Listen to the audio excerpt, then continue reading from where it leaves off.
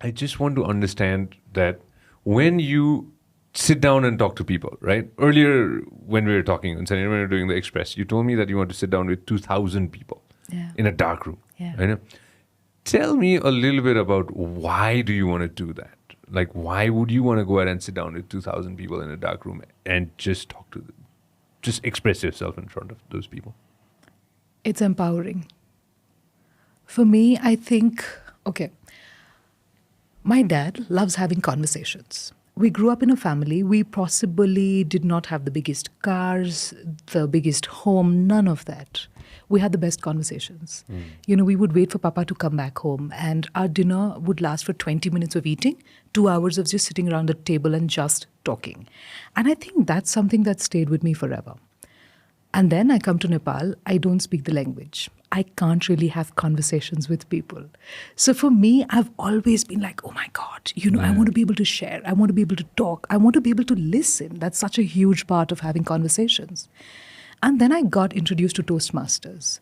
In a lot of ways, it became my window into this country. I met people, I had conversations, I learned, I started understanding what it means to be from here.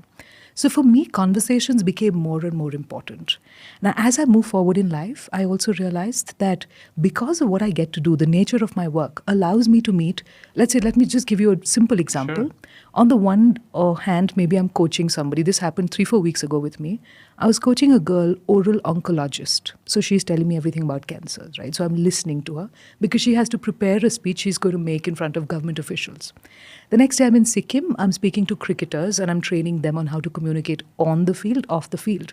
2 days later, I'm sitting with a banker. I'm helping him communicate how to put his messages across on social media. Yeah. But what happens in this entire process is I'm learning about oral oncology, I'm learning about cricket, I'm learning about sport and the mindset behind that, and I'm learning about banking. So just imagine the kind of rich experiences I'm getting to live vicariously through what I hear. So for me, conversations are just so much more important. When I say I want to talk in front of 2,000 people, it's because these conversations really have made me everything I am. And for me to be able to express and to be able to share whatever it is that I want to share is extremely empowering.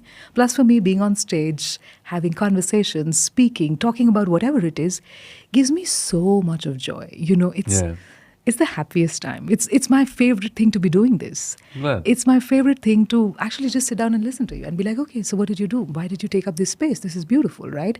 And just to hear the history, because one thing leads to another, and we don't exist in isolation.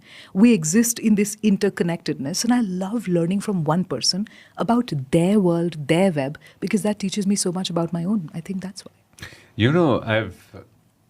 I started wearing this watch again. Okay, I had taken I'd taken a break from knowing what my heart rate is for a while. You have those moments when you really want to know what's happening with your body, and then there are moments when you really want to be like, all right, screw it. I really don't want to know what's going on. I want to live my life. So I'm back on the wagon again. Of knowing how my body is functioning. After a long time, I again started wearing my watch. So I've been tracking my sleep. I've been tracking almost everything, right? There are 2 times when my heart is literally resting. Twice in a day.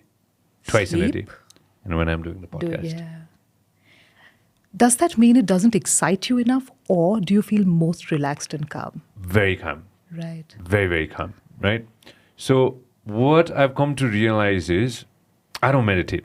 That's something that I don't do. I wish I could. Yeah. I just can't. My brain doesn't function in a way that I can just sit and meditate. Not yet. Maybe in my later life. So I've come to realize that this is the thing that is the best thing equivalent to meditation for me. You kind of getting me? I absolutely get it because... So, yeah, please. Sorry. I told you when you asked me what is public speaking, what is speaking on a mic for me? Meditation. Because, I'm so aware of everything at that point. Like right now, if I were to take a mental picture of this moment, I would never forget a detail. I would remember exactly what it smells like, exactly what it feels like on my skin, exactly what I see, exactly how much I'm able to cover. Because, you're so aware, right? You know how you're breathing. I love that feeling. It's the most divine feeling for me. And I completely get that. And I love that we connect over this thought of meditation. It's beautiful. If you love what we are doing, make sure that you subscribe and turn on notification. Thank you very much for watching us on YouTube. Make sure that you also listen to us on Spotify. This program is brought to you by Vyasa Studios.